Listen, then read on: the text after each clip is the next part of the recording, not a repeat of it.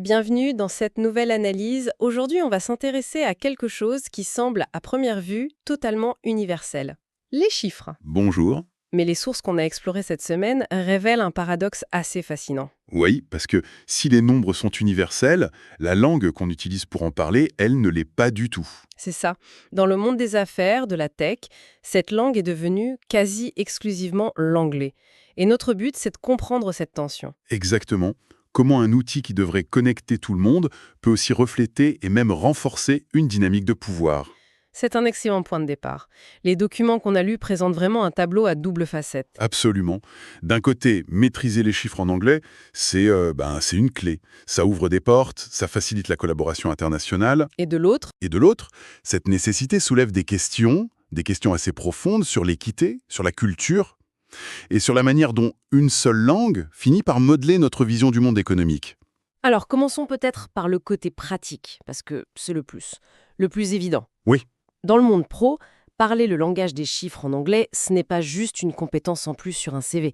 Ça devient une question de clarté et même de crédibilité. tout à fait. Et les sources donnent un exemple vraiment parlant.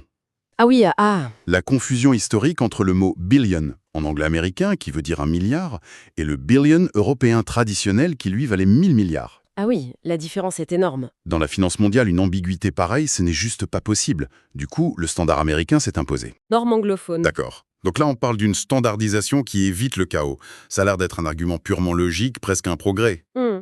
Est-ce qu'on peut vraiment parler de domination dans ce cas? Ou est-ce que c'est pas simplement la création d'une langue commune, une lingua franca utile pour le commerce? Eh bien, c'est justement la question que les sources nous invitent à déconstruire un peu. D'accord. Elles avancent que cette norme n'est pas neutre. Pas du tout. Parce qu'en adoptant l'outil, on adopte aussi un cadre de pensée. Et ça a des conséquences très humaines. C'est-à-dire? Prenons une négociation commerciale avec de gros enjeux. Imaginez un partenaire qui a du mal à articuler ses chiffres, ses projections financières en anglais. Oui. Le risque, c'est qu'il ne soit pas perçu comme quelqu'un qui a une barrière linguistique, mais comme quelqu'un de moins compétent, de moins sûr de ses chiffres. Ah, je vois. La maîtrise de la langue est confondue avec la compétence professionnelle elle-même. C'est ça. Ça crée un avantage de fait pour les locuteurs natifs, ou en tout cas pour ceux qui ont eu les moyens de devenir parfaitement bilingues. Exactement. Ça devient une sorte de barrière à l'entrée qui n'a rien à voir avec le talent ou la pertinence d'une idée d'affaires. Et les sources disent que ça s'arrête là? Non. Ça va même plus loin.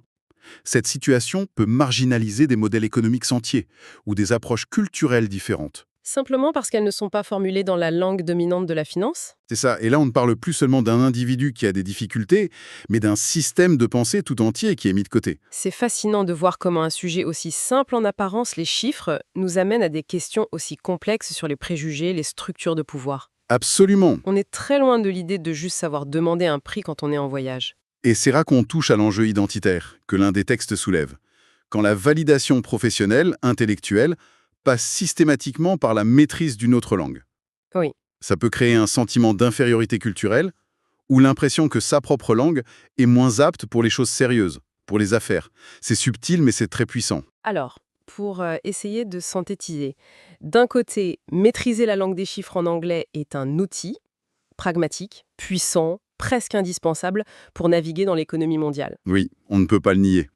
Mais ce qu'on a vu, c'est que cet outil n'est pas neutre.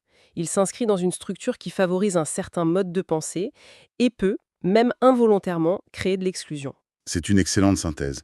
Et ce nous laisse avec une dernière pensée, une question pour aller plus loin peut-être. Allons-y. Les sources, elles ne prônent pas un retour en arrière ou un rejet total de l'anglais. Non, ce serait irréaliste. Elles nous poussent plutôt à nous interroger. Comment est-ce qu'on peut aborder l'apprentissage de cette langue-outil comme un pont vers les autres, tout en restant conscient et même en défendant la richesse des autres cultures, des autres visions du monde? Autrement dit, comment prendre l'outil sans forcément adopter toute l'idéologie qui va avec. Voilà. C'est exactement la question.